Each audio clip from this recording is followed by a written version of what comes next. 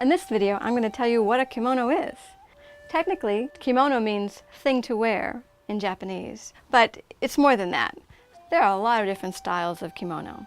Of course, you have the very long one, but it can be short, like a kimono jacket, like the one I'm wearing here. It can also refer to the undergarments and many other things.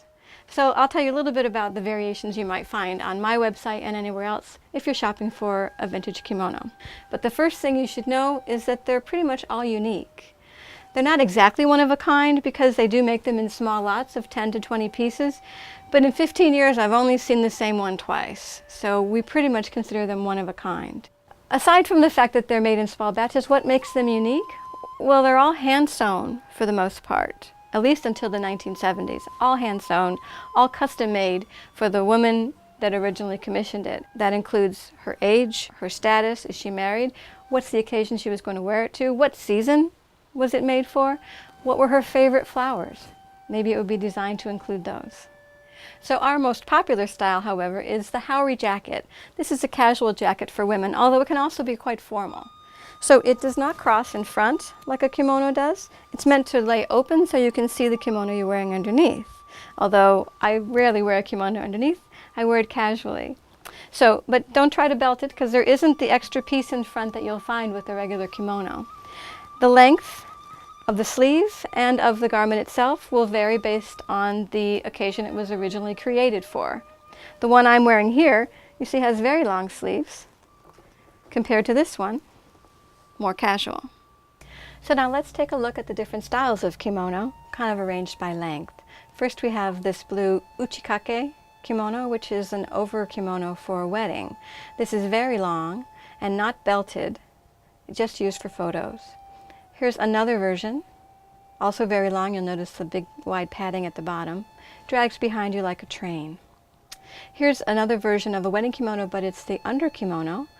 It's white and it is a little bit shorter and can be belted. Then we have another formal kimono, a furisode kimono with long sleeves, also a longer length, but it also can be belted with the length brought up at the waist.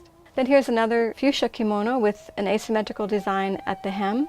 You can tell it's a little bit shorter than the previous ones as well. Next we have an under kimono. Look how short that is. Again, belted, comes way up because it's not to show.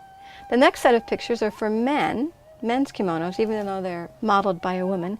This is a man's under kimono. You can see the length just barely goes to her ankles. Here's a man's formal over kimono, also fairly short. Men do not have the extra length that women do on theirs. Next we have two of the men's jackets. Sometimes they're plain, sometimes they're quite elaborate, but the length again is longer than the women's jackets. Keep in mind that the jackets don't close in the front. She wears it open to see the kimono underneath. This is quite a long one. The longer ones tend to be more formal or older, from the 40s and 50s. Next, this orange one is a little bit shorter, and the pink one a little bit shorter still. Now I'm showing the pink one belted, even though these are not made to be belted. If you're very, very small, you can get away with belting it. Then we're looking at other jacket styles. This orange one is called a michiyuki with a square neck. Michiyuki means to go out into the street. This next blue one is a dochugi jacket, which has a crossover in the front, tied with ties or a little frog. And again, this is worn on top of the kimono. Next we have, shown from the back, a woman's hanten jacket. Hanten are usually made from cotton or wool and are considered more like peasant jackets because you notice the tapered sleeves. They're more like work jackets. Next, this yellow gold one is called a neneko and is very interesting in that nene means sleep, and these were designed for young mothers to carry their babies on their backs under the jacket, which is why you'll find these to be the largest jackets available. And finally, a happy coat, which is usually a cotton festival jacket and tends to be a smaller size. So that'll give you some idea about the most common styles of kimono, but there's so much more. There's the hakama pants, there's the juban under kimono, there's the tabi socks, the geita shoes, the shawls, so much, much more. But those are a topic for another video. Thanks for watching.